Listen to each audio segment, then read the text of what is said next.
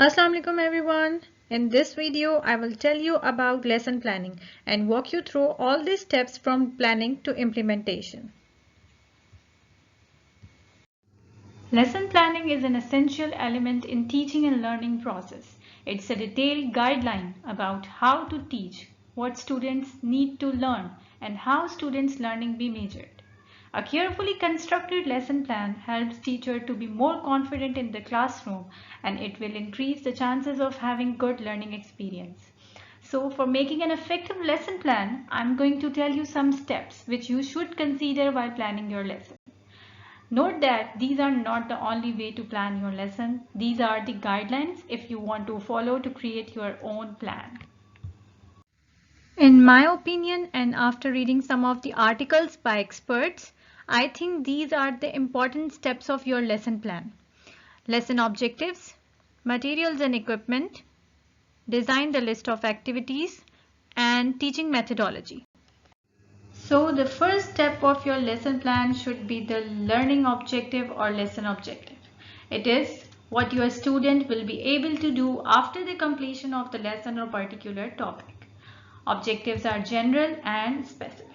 And one most important thing I want to mention here, while writing your lesson objective, remember the SMART criteria.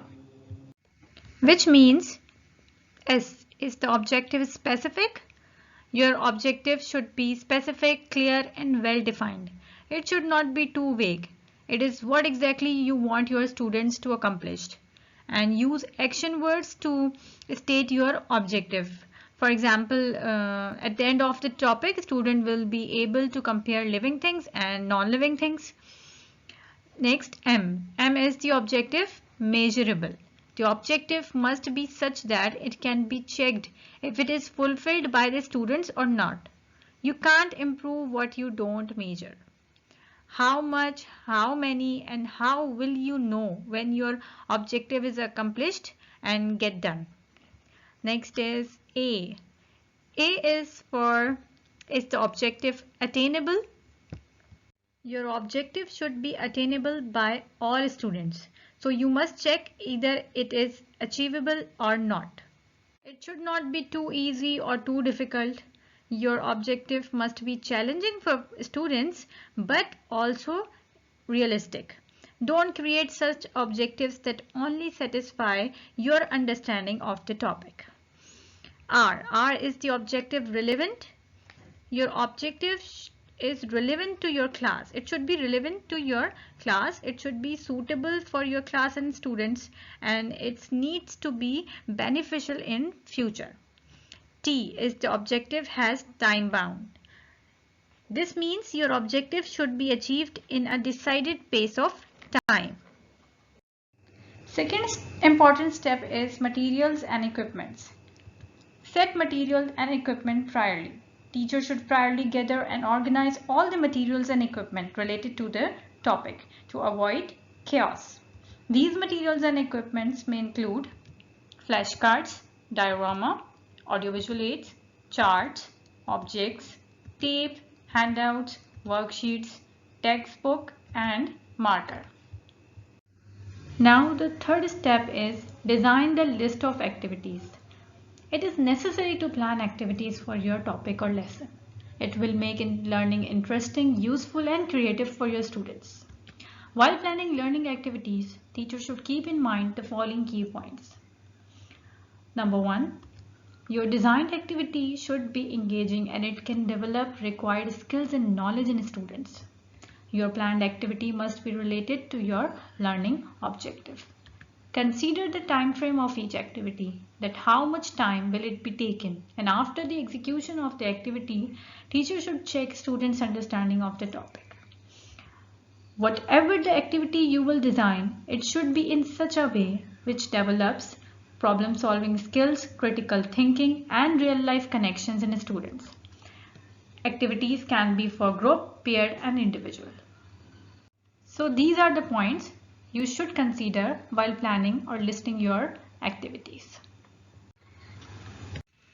The way you teach your content is basically your teaching methodology. How a teacher shares information to students depends upon their teaching method. Now, implementation. The implementation of lesson plan involves the following stages: warm up, prior knowledge, introduction to a new lesson, instruction procedure, consider individual differences, homework, and assessment. And I think for the effective implementation, these stages should be involved in your planning. So your first phase is warm up. When you are going to start your lesson or topic, the first thing you should do is to warm up your class. It's a 5 to 10 minutes activity which helps students to be attentive, encouraged, and be ready for the topic. And it should be related to the topic or lesson you are going to teach. There are many activities which can be done in warm up, like drawing games, memory games, act and guess, action story, word making, running dictation, and pictorial. Second phase is prior knowledge. What students already know about the topic is their prior knowledge. Teacher should connect warm-up activity with students' prior knowledge. It will help teachers to know how much do students already know and help students to build connections between old and new knowledge. After prior knowledge, next phase is introduction to a new lesson. Starting a new lesson or a topic is the most important and difficult part of how to engage children in the lesson. What will be the ways to teach a topic? So you have to introduce your topic in such a way that grabs the students' attention and get them excited about the new information.